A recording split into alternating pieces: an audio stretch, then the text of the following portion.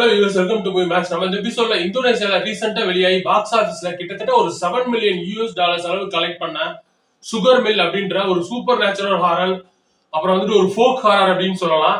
So இந்த படத்தோட review தான் பார்க்க போறோம். இந்த படத்தோட ஃபர்ஸ்ட் சீன்லயே ஒரு ட்ரக் ஃபுல்லா வந்துட்டு சீசன் லேபர்ஸ், அதாவது சுகர் மில்லுக்கு வேலைக்கு போறவங்க.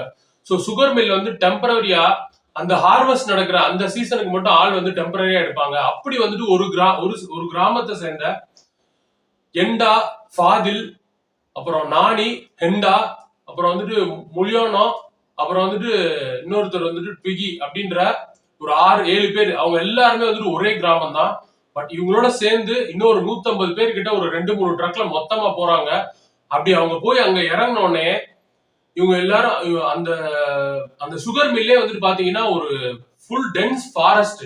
அந்த ஃபாரஸ்டுக்கு நடுவுல லொக்கேட் ஆயிருக்கு. இவங்களுக்கு ஏதாவது ஒரு ஹெல்ப்னா கூட இவங்க சிட்டி லிமிட்டுக்கு வர கிட்டத்தட்ட ஒரு 100 கிலோமீட்டர் கிட்டத்தட்ட வரும். ஸோ அந்த மாதிரி ஒரு இடத்துக்கு தான் இவங்க எல்லாரும் போறாங்க. இவங்க எல்லாருமே அப்படி அங்க ரீச் ஆறாங்க. ரீச் ஆனோடனே அங்க இவங்க எல்லாருக்குமே ஸ்டே பண்ண ரூம்ஸ் கொடுத்துறாங்க. தனித்தனியா அலோகேட் பண்ணிடுறாங்க. லேடிஸ்க்கு தனியா, ஜென்ஸுக்கு தனியா. ஸோ நம்ம கதாநாயகி எண்டா அவங்களுமே வந்துட்டு புது இடம்னால இவங்களுக்கு சில விஷயங்கள் பார்க்க வித்தியாசமா தெரியுது.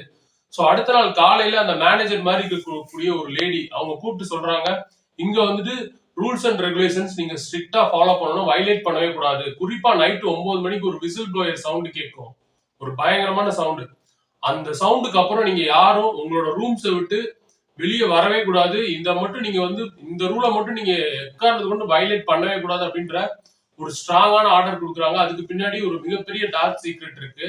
ஸோ ஆனா எண்டா வந்துட்டு ஃபர்ஸ்ட் நாளே அந்த ரூலை பிரேக் பண்ணி இவங்க யாரையோ ஃபாலோ பண்ணிட்டு போறாங்க. அப்படி போகும்போது சில உருவங்கள், இவங்களுக்கு அமானுஷ்யமான உருவங்கள் தெரியுது. அது மட்டும் இல்லாம அங்க யாரோ வந்துட்டு ஒரு ஷேடோ பப்பட் ஷோ, நம்ம சொல்லுவோம்ல, ஒரு ஸ்கிரீன் போட்டு நம்மளாம் பார்த்துருக்கோம். ஒரு சில இடங்கள் எல்லாம் ஸ்கிரீன் போட்டு அந்த பப்பட்ஸை பின்னாடி வச்சுக்கிட்டு ஷோ பண்ணுவாங்க. ஸோ அந்த ஷோ நடத்திட்டு இருக்காங்க. சில ரிச்சுவல்ஸ் மாதிரியும் பின்னாடி பண்ணிட்டு இருக்காங்க.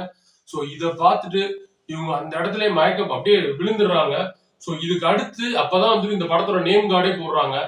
ஸோ இதுக்கு அடுத்து இவங்க அங்க என்னென்ன மாதிரியான அமானுஷ விஷயங்கள்லாம் சந்திச்சாங்க அப்படின்றதா இந்த படத்தோட மொத்த ஸ்டோரி பிளாட்டு. இந்த படத்தோட பாசிட்டிவ்ஸ் என்னன்னா, இந்த ஸ்டோரியில காமெடி சீக்வன்ஸ், அதாவது ஹாரர் ஃபேக்டரோட அந்த காமெடி சீக்வன்ஸையும் சேர்த்து ஒர்க் அவுட் பண்ணியிருக்காங்க. ஸோ அது வந்து பாசிட்டிவா இருந்துச்சு. அப்புறம் ஜம்ப் ஸ்கேர்லாம் ஒரு சில பேருக்கு ஒர்க் அவுட் ஆகும். பல இடங்கள் நம்ம பார்த்ததுதான், அந்த பல படங்கள்ல வந்ததுதான். ஸோ அது வந்துட்டு ஓரளவுக்கு ஜம்ப் ஸ்கேர் வந்து இம்பாக்ட் பண்ணும்னு நினைக்கிறேன்.